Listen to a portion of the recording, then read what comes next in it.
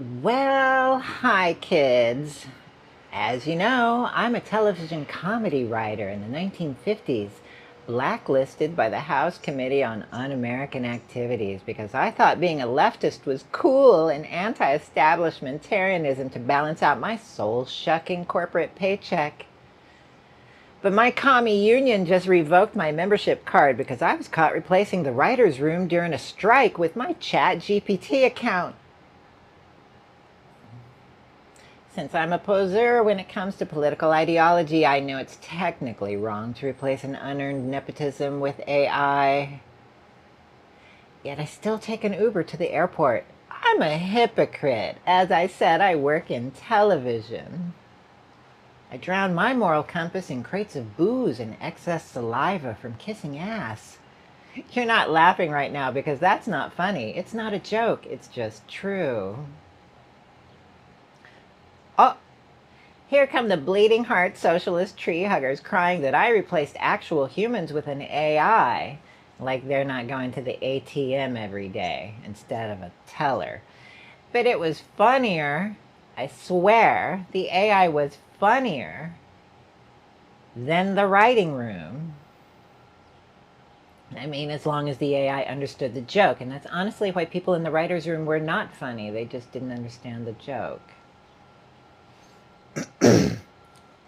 Now, I know I just did a video last week telling you that your ChatGPT novel was bad. And it was. And we can go into that. The whole thing where you want me to spend an entire day reading some wall of text that, frankly, you didn't even bother to edit in line breaks, and it's just some stupid children's fairy tale about princesses and magic crystals. Dude, I'm not 3 years old. Neither are you. Why would I waste any effort on reading that? It's not even ironic or funny. It's bad. I made a whole video on that. Yeah, I'm not going to spend any more effort on reading your ChatGPT novel than you spent on making it, which is nothing. So I get it. I get it. You probably don't have much sympathy for me right now when I tell you that ChatGPT is a lousy novelist, but a decent TV scriptwriter. The difference is, this is television. It's the thing you do when you turn off your brain.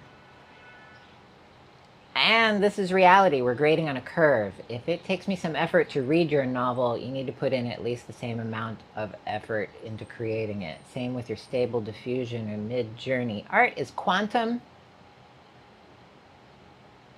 You heard it here first, folks. Art is quantum. If it falls below the Planck lengths for art, it's not art. It's nothing. It just doesn't register. It's a waste of time.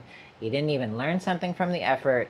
It does not meet the minimum threshold for art. It's not art. You didn't even try. It does not count. But television has a much lower standard.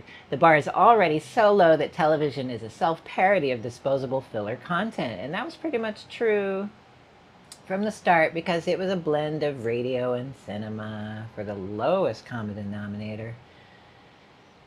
Little kids love television because what else do they have going on in their miserable, pathetic little lives? Adults who watch television, y'all don't really have an excuse. And don't come at me with the two exceptions of well-written status TV that happens every decade. You know that doesn't make up for this episodic thing we call television. All right, this is not just a rant about your low standards. Some of us indulge in hotel room orgies with strange couples, and you go home and watch television, tomato, tomato. We all pick our poison to blot out the miserable daily grind, so let's just stay on topic. Television, as a medium, I'm going to tell you how it works. It's a lot of surface chatter grafted onto inertia. That doesn't make sense, but let me explain it. I'm going to give you a $4 film word. Kinesthesis. Kinesthesis. It has a specific meaning in animation, but the wordplay is a dichotomy, something that's constantly moving physically, while settling and remaining still. Kinesthesis, remember this word. It won't come up again, there won't be a test, but then I can pretend that I taught you something. Now, episodic television stays in one place, running on that treadmill as long as it can. The individual genres are honestly less important than the format. It's the same for murder mysteries, for dramas, for comedies, yes, even for the nightly news. If it's episodic, it's all formula with content shoveled on top to fit the formula. Now let's get specific. Think of the single greatest television show ever. Are you thinking of it? Because there's only one. So I know we're all thinking of the same television show, Gilligan's Island. Ostensibly, it's about some people stranded on a desert island, but really, Gilligan's Island is about a microcosm of society who must cooperate despite their ideological and social differences as they reductively adapt to their environment of coconuts and bamboo. That's some chatter that is going on, and it never ends. That show has legs, because the conflict can be applied to each character, and every character is an archetype. Such gorgeous simplicity. Each character wants the world to accommodate their ideals and their social position. But this environment is always going to fail them. It's just bamboo huts and coconuts. That's comedy, people.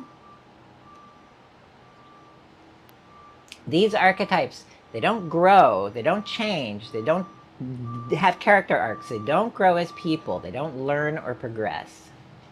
They cannot move on from their archetypes, or they literally have nothing to talk about. There's no conflict, no desire, no misunderstanding to weave a story from if they stop being... Would you stop beeping? They are towing my Mercedes, and I am trying to do a video essay here. No respect for television.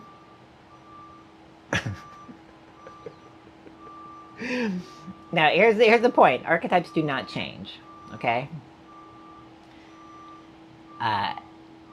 Once archetypes become comfortable, if they accept their situation, if the situation is no longer antagonistic, the story just ends.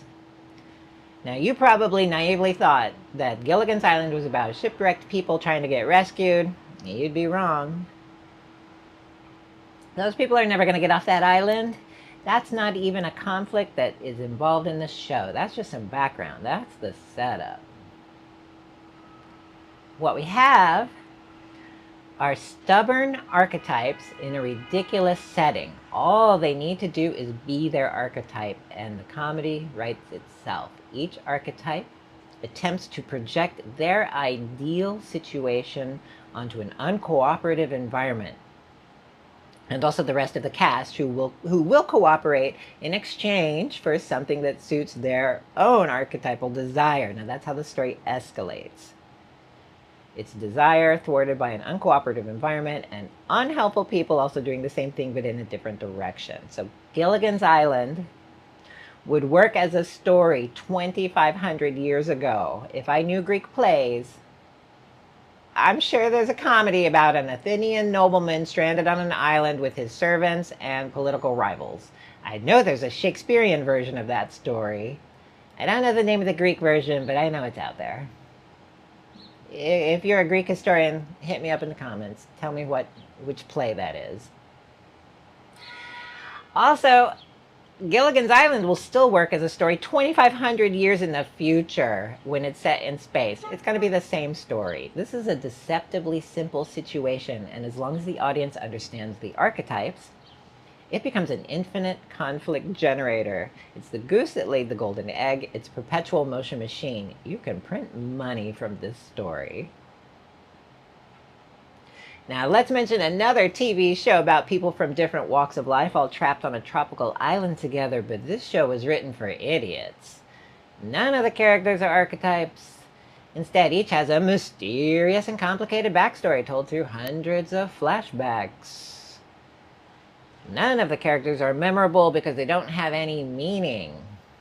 I think some even have Hollywood amnesia, ensuring that their life story, backstory has no meaning, because what could it possibly influence in the plot? If they have amnesia, that's not influencing their character. That's just bad writing, people.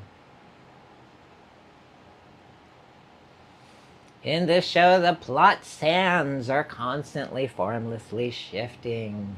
There are conflicts, lots of conflicts, all external and very mysterious. This show is called Lost, and no one talks about it today because it reminds them of how they're idiots who were hoodwinked into following some nonsense that went nowhere. And the show lasted until like the last stupid person finally realized there was no story there. Just endless setups for extremely complicated situations that didn't bear fruit. I'd challenge any of you who are fans of the show Lost to tell us what that show is about. And by the way, you get hit with a splooshy tomato anytime you pause or forget a plot point or a character turn. You will not remember. You will be covered in tomato sauce because it makes no sense and it leaves no lasting impression. It's Candy Crush for your brain. Now here's a quote. Here's a quote I came across this week. I'm not going to attribute it because the person was problematic, but the quote's still good. An idiot admires complexity. A genius admires simplicity. I love this quote.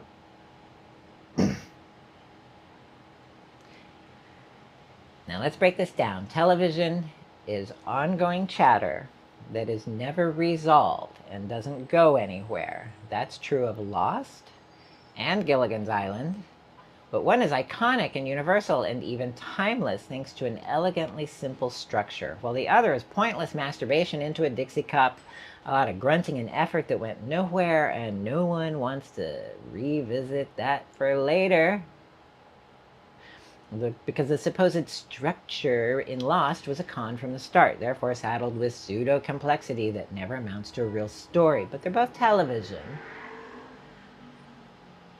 This is why I say television is an ideal play space for AI. It doesn't need to be great. It just needs to be mediocre, middling, average. And we know ChatGPT it's at least that. Now, in good television, the situation should take care of the rest. There's a reason they call it a sitcom, people. And this is TV, so we'll add a laugh track and a bouncy theme song, and everybody will get it. We're all along for the ride. People will be generous. Now, don't be sad for TV writers. There is no Turing test for TV scripts because they're already incoherent schlock written by random fly-by-night hacks. No one could tell what's written by AI and what's written by the producer's nephew and his beer pong frat brothers getting six-figure paychecks from a TV network that poisons our society.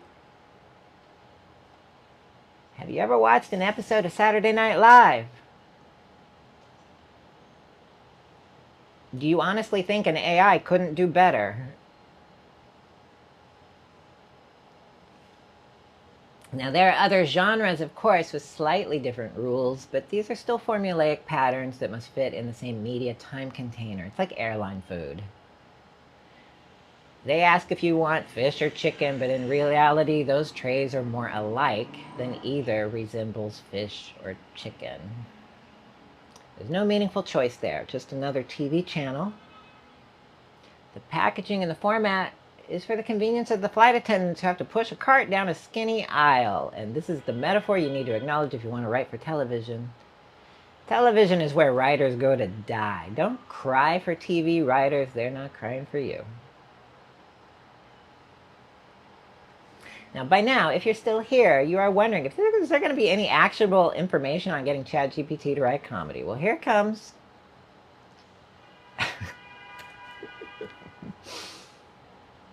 The comedy is in the situation and the frustration of your character's plans. In writing terms, true comedy is an antagonist. The layman, who's not a creator and not trying to be a writer or influencer, layman thinks comedy is telling a joke. That's a little like baking a cake or playing chopsticks on the piano. Just Stick to the instructions, play the notes as they're written, and you'll get a laugh at the end. That's not really comedy, that's telling a joke. It's kind of more like memorization. If someone has heard the joke before, it's not going to be funny. If you bungle the joke told in the wrong order or leave a step left out, it's not going to be funny.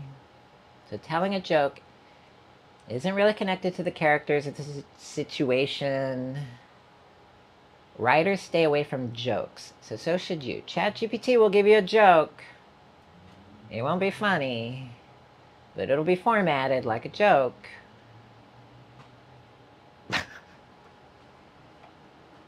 Stay away from jokes.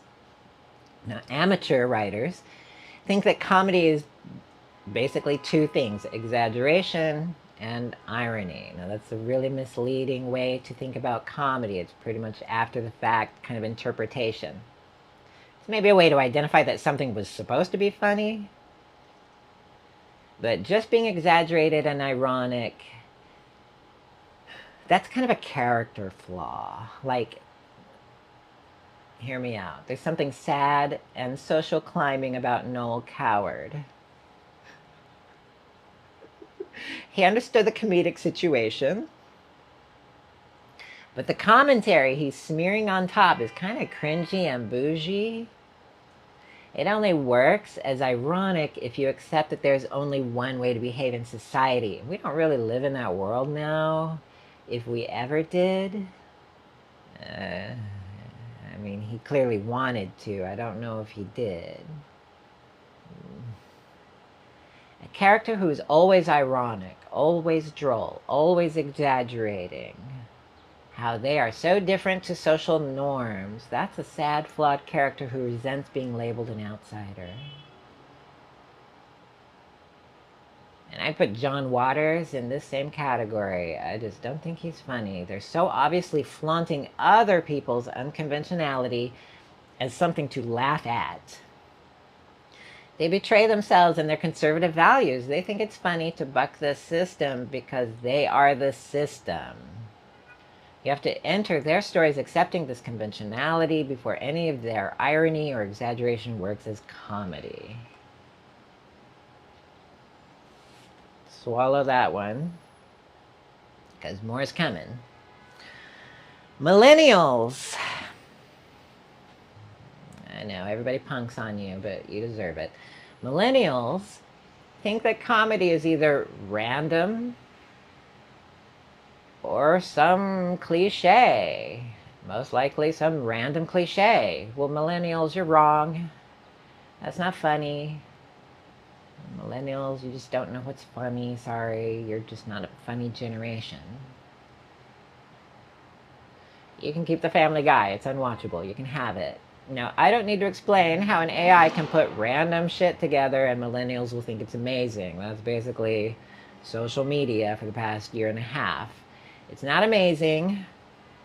It's not funny. You're just a millennial and you don't know any better. So try to understand that I'm helping you. And all these things that I'm saying today are related. When I just said that Noel Coward and John Waters betray how bougie and suburban they are through what they think is ironic, let's apply this to millennials. The worldview is that something random and non sequitur is hilarious. That implies that their reality is extremely predictable and rigid. You're sad. Your comedy makes me sad. Sad for you. You have no original ideas, and you can't tell the difference in what's good or bad. Any random cliche, as corporate and boring as it is, can be inserted for another. Here's my metaphor for you, millennials. Mad libs. Remember that when you were 8 or 9 years old? Just a conventional, barely mediocre story with some random nouns and adjectives swapped out, maybe an adverb. Oh my God, hilarious, so random and unexpected. It's not though, really. You can't play Mad Libs by yourself. And that should be proof right there that it's just not inherently funny. It's more about expectations of group conformity and normality. And I don't want to talk about millennials anymore. You're such a disappointment to me.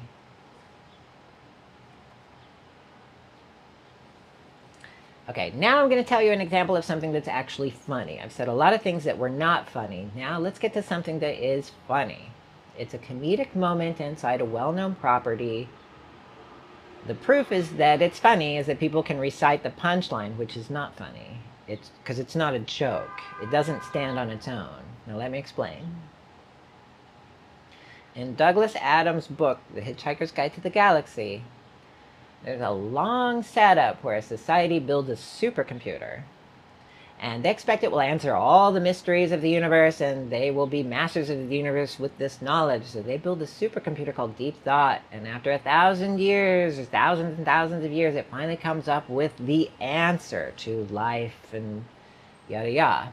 Now you probably know the answer because people act like it's a punchline, but it's not a punchline. It's some random non sequitur. And for you millennials, that should be funny enough. For the rest of us, it's a little more like the Gilligan's Island situation. You have archetypes who have a lofty goal, and the environment just won't comply. It was thousands of years, and they devoted their whole society to the construction of this supercomputer that's going to give them exactly what they asked for. And when it finally happens, it doesn't satisfy them. It was a foolish goal in the first place. And the comedy is in their frustration. They don't understand this very simple answer. But to accommodate them, the supercomputer promises to design them another computer, a super duper computer that's going to figure out the question for them. So you see what we did there? Episodic. The archetypes want a thing. They don't get it. And they go on wanting the thing. They didn't learn their lesson. Nothing changed. Comedy was the antagonist. The situation is what's funny. And the punchline, which you probably know, could literally be anything, almost anything. It's not funny on its own. It's not a joke or a play on words. It's not witty. It's not urbane. It's the situation that's funny. Archetype wants a thing. They don't get it. And they go on wanting the thing. You can break down any comedic situation to this deceptively simple formula. Now, these characters don't have to change. You don't need surprises. You don't need plot twists. The audience knows this is not going to work out for them. They're not waiting to be dazzled by some random plot. Comedy is suspension of disbelief, where we suspend logic while this comedic situation plays out, and it's deceptively simple. Someone wants something, the environment doesn't allow it to happen the way they want it, and the character doesn't change. That's it. As long as you can suspend the disbelief that this person is committed to making their thing happen, you can milk that situation and the comedy will write itself. Now, easily, an AI could have come up with the punchline 42. It could have been pomegranate or chartreuse. Anything, almost anything, would work as the punchline because the comedy is already there in the situation. That's the part you have to write, the situation. Now, there are improv comedians who are amazingly good at improv. It's a skill which you build and you work on and you develop. And they get handed a situation and they just go with their character, usually some kind of ironic archetype, and they just behave in that character. The comedy is in the clash with other characters who are doing more or less the same thing, and basically they don't get it, but they don't stop being those characters, right? And in that situation, the comedy, the individual lines don't have to be bangers. It's not punchline after punchline after punchline. It's a comedic setup that goes unresolved, where the antagonist wins. Now, finally, we're going to get even more specific. I arrive at my experiment this weekend. I made an AI co-host and prompted it to be antagonistic to me, but in a funny way, like how a coworker would undermine you at every step. And this archetype is called a foil. I more or less played the straight man to let the AI comment at my expense. I already put up a short video sample to prove it works. I also left it failing at the end of the video because clearly there's a little more to having a complicated internet bot interacting in real time than just a comedic prompt. There are a lot of moving parts, which I could spend a year on. Now, I'm not claiming that I was funny. I guess, like an improv comedian, I could learn how to be funnier in the moment. Then I would show you more of my interactions with this comedy bot that I did over the weekend. In truth, my attention was usually divided between the recorder and the mocap and the computer, so I'm not providing my comedic potential, which is fine. That wasn't really the goal. But I went through the logs after the fact, and I watched my captured footage, and you're just going to have to trust me that some of ChatGPT's lines are actually funny. They're not punchlines. And honestly, the voice from 11 Labs adds a lot of sarcasm and tonal, like, delivery. But it was funny. It's comedy. Now, all of the AI co-host suggestions were, of course, undoable, which is sort of non sequitur funny. But when I objected, the bot would say something about me being too boring or a stick in the mud or just not being ambitious enough. If I tried to top the bot, making my own outrageous suggestions, well, the AI would make fun of that idea as being just over elaborate and a bad idea. So it's a no-win situation. That AI is a foil to anything that I say. And when I switched tactics, it switched tactics. It was funny almost every time it switched. Again, the lines were good enough. They weren't like bangers, they weren't like punchlines, but they were good enough. The AI is just being an antagonist, and there's suspension of disbelief for as long as I could keep it going. Now, I did crank up a little bit of randomness, what OpenAI calls temperature. But there are a couple of other settings about topic persistence. If we talk too long about any one topic, the AI was set to reject and switch to something else. And this helped the AI sound a little flighty and reasonable. These were small settings. It's not the huge insight there. Again, the comedy was when I tried to play the game, the AI would switch to being sarcastic and would say what a bad idea I had. And I estimate that I could maintain this for several minutes, at least 5 or 6 replies. Eventually what happened is it does lose the original instruction prompt. Now, technical side note, the scripts I'm using append the entire chat history back into the prompt. So I'm sending a larger and larger token file to the AI as the conversation got longer. It didn't really slow things down that I could tell. But I think what happened is my comedy instructions are being diluted as more of the conversation accumulates. And I think that's not really an issue of the bot failing. It's more of an engineering issue. And I can think of a couple of ways around that. Mostly it would be to train a model of the bot to just always be in that character. So it couldn't leave that character, even if it tried. But also I think, it just needs to be short. This is a situation that just needs to be short. Brevity is the soul of wit. Don't run a comedy bit for too long. I think what really needs to happen is that I need a way to transition the bot on and off stage, as it were. This would involve probably using a story engine like Ink, it's still my theory, to step through a progression of instructions. And how that progression happens, whether it's reacting to things that you're saying or whether it's being triggered by a technician or it's just time or some other, what would you say, in-game token.